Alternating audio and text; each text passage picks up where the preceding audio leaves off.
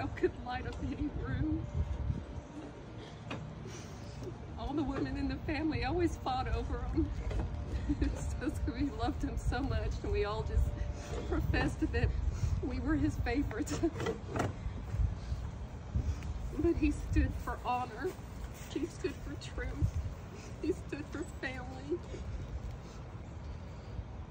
And he was such a blessing in all our lives that it's a major loss, even though I know he's with his family in heaven. It is a major hit to this family to have our patriarch gone. We dearly, dearly loved him, and he set such an example for us. And anybody that didn't get to meet him, you missed out. It was so special. So special. The funniest man in the world, and he didn't even know he was funny. I guess that's what made it so great. I just want to thank everybody for coming as we honor my dad, our papa, our Bubba, as we celebrate our husband. We're celebrating him. Yeah, that's great. It's a great example of man, how a man loves a woman, how a man loves his children. Sacrifices that you need to be able to make in order to do that. He had profound wisdom. He would tell you things like, don't go out there and be a fool and make something you can't be responsible for. So he taught responsibility at a very young age. He didn't treat us the same, because this was his daddy's girl, and I was his son, and I always will be. Dad doesn't stop with him going to be in heaven. He continues on, and you can look around, you can see the generations, and that generation is taking a piece of Papa with him, taking a piece of our dad with him. It's my dad, and I love him so much, and I will continue to love him. And I will love him hard, because he taught us how to love hard. Both of you did, Mom and Dad. You both taught us to love. And I want to say thank you. I want to thank my dad. Thank my sister.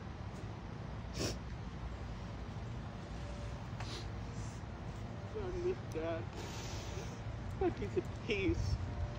And that man was never meant to suffer a day in his life. He gave everything so people wouldn't hurt. And so I'm just happy that Dad's at peace, and we know where he's at. And when we get together, like she said, we're gonna chop it up, and he's gonna have something to say, and everybody's gonna laugh, and he's just gonna be looking around. But I can't wait to see his smile again, and that smile will light any room. Any room. Sorry, Daddy. I do want to say one more thing. The amount of love that he had for my mom, I always knew was incredibly strong, but I didn't know how strong it was until he got sick. After his heart attack, he said, baby, what day is it? I said, it's Monday, Dad. He goes, no, what's the date? I said it was the 28th. He says, okay. Mom's birthday was the 29th.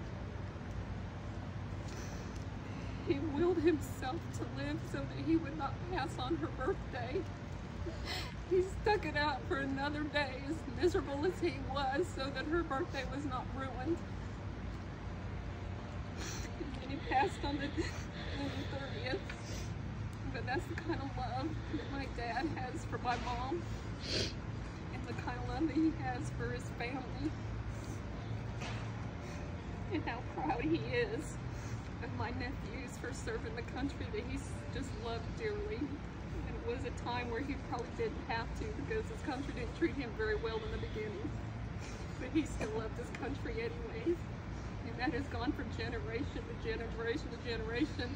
And when he ever talks about his boys, it's just like his chest swelled up. He was so proud and so happy. And he always said, yep, family's headstrong, which means it's military strong. It's life strong. So we've got these generations to fill some big shoes, but they're doing it. They're doing it well.